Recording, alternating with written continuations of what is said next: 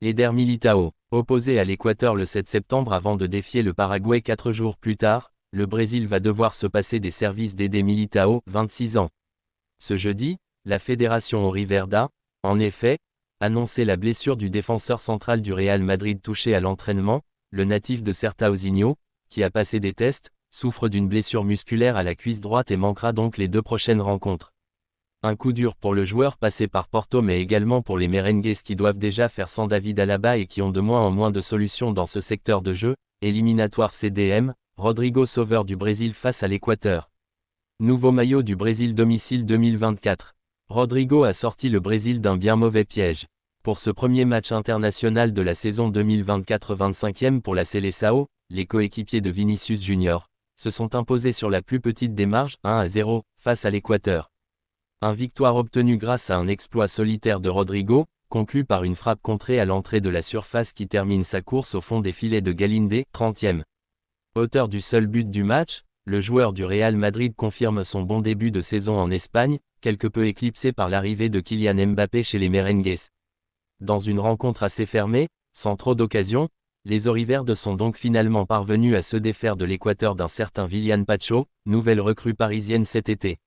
Une victoire qui va faire du bien à la Seleção qui restait sur 3 défaites consécutives dans ses éliminatoires face à l'Argentine, l'Uruguay et la Colombie. Le Brésil pointe désormais à la 4e place, tandis que l'Équateur est 6e. Les 2 nations sont pour le moment qualifiées pour la prochaine Coupe du Monde. De son côté, la Colombie n'a pu faire mieux qu'un match nul, 1-1, face au Pérou alors que l'Uruguay a concédé le nul, 0-0, contre le Paraguay. Trent Alexander-Arnold au Real Madrid, c'est validé. Le Real Madrid pourrait chercher à recruter un nouveau latéral droit l'été prochain. Les options actuelles Dani Carvajal et Lucas Vázquez voyant leur contrat expirer à la fin de cette saison. De plus, les 2 joueurs arrivent vers la fin de leur carrière respective, et pour l'instant, il n'y a pas de succès évident. Trent Alexander-Arnold est quelqu'un qui intéresse le Real Madrid, et ils le poursuivront dans les mois à venir s'il doit être disponible en tant qu'agent libre l'été prochain. S'exprimant sur 3 Upfront, le podcast de William Hill, la légende de Liverpool Graham Souness pense qu'un transfert dans la capitale espagnole est tout à fait possible pour l'international anglais. Trent Alexander-Arnold est fait sur mesure pour le Real Madrid en termes de façon de jouer, et il a un jeu incroyable, sans parler du fait qu'il est un bon ami de Jude Bellingham. Il pourrait finir à Madrid et ce message a peut-être déjà été relayé à Liverpool. Je ne vois aucune raison évidente de faire sortir Trent contre Manchester United, à part s'ils savent qu'il part. Ils voudraient toujours le garder pour le reste de la saison et il partirait gratuitement à la fin de celle-ci. Le message qu'il a pris sa décision a peut-être déjà été transmis aux dirigeants du club. Son contrat arrive à son terme. Si vous quittez Liverpool, ou d'autres que le Real Madrid, pouvez-vous vraiment aller pour vous améliorer?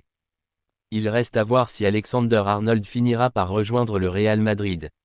Si c'est le cas, il ne fait aucun doute qu'il serait un ajout fantastique, les 2 visages de Brahim Diaz. Un Real en manque d'inspiration en ce début de saison a souvent eu besoin de faire appel à son super remplaçant pour débloquer la situation, mais Brahim peut faire mieux encore. Contre le Betis, Carlo Ancelotti a été contraint, une fois de plus à cause des blessures, de bousculer l'entrejeu madrilène et d'aligner Ceballos pour tenter quelque chose d'autre après avoir déjà essayé Güler et Modric. Et si Valverde a encore été le meilleur joueur de la Casablanca lors de match, Brahim a endossé avec brio le rôle de super sub, avec un impact palpable sur le match en sortie de banc. Je ne les qualifie pas comme de simples stimulants du jeu, Garcia et Brahim. Je les qualifie comme de 2 très bons joueurs qui contribuent à l'équipe qu'ils disposent de 10, 45 ou 90 minutes. C'est ce qu'un footballeur doit faire, être toujours prêt. Ils étaient très bien préparés aujourd'hui parce qu'ils sont très bien entrés dans le match et qu'ils ont donné beaucoup plus d'énergie à l'équipe, a expliqué Carlo après la victoire au Bernabéu face au Real Betis. Fort en sortie de banc. Brahim a joué 93 minutes de jeu depuis le début de saison au cours desquelles il a apporté son grain de folie, son énergie débordante et sa finesse technique qui impactent positivement toute l'équipe madrilène et qui lui ont permis déjà de marquer un but et de délivrer une passe décisive face au Real Valladolid, victoire 3-0.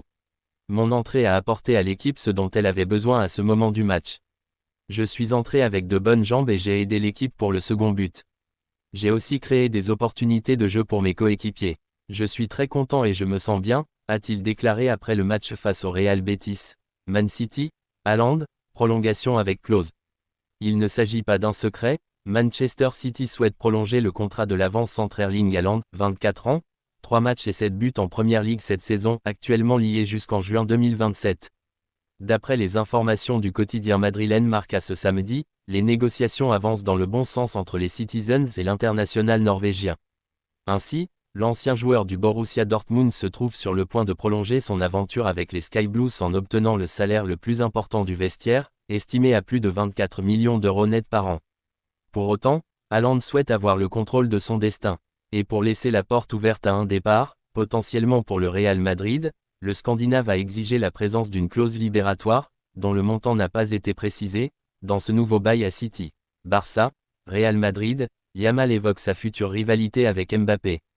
Après l'ère Messi, Ronaldo, va-t-on entrer dans une ère Mbappé-Yamal dans les Clásicos entre le Barça et le Real Madrid? Durant plus de 10 ans, le Barça et le Real Madrid ont offert à la planète football ce qui se fait de mieux. Sur le plan collectif, d'abord, avec des armadas de part et d'autre, mais sur le plan individuel, surtout, avec une rivalité devenue légendaire entre l'Argentin Lionel Messi et le Portugais Cristiano Ronaldo. Depuis le départ des deux monstres sacrés, les colosses espagnols ont trouvé leur nouvelle star. D'un côté, Kylian Mbappé pour la Maison Blanche, de l'autre, Lamine Yamal pour les Catalans. Ce sera l'ère Barça-Madrid, comme ça l'a toujours été.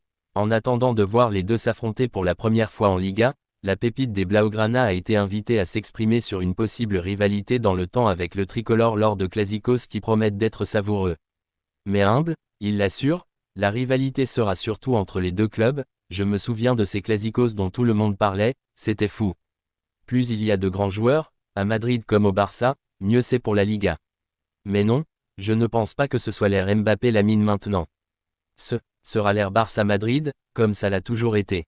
Et nous allons tout mettre en œuvre pour gagner les Clásicos qui se présenteront, afin de remporter des titres, a-t-il expliqué dans les colonnes de France Football.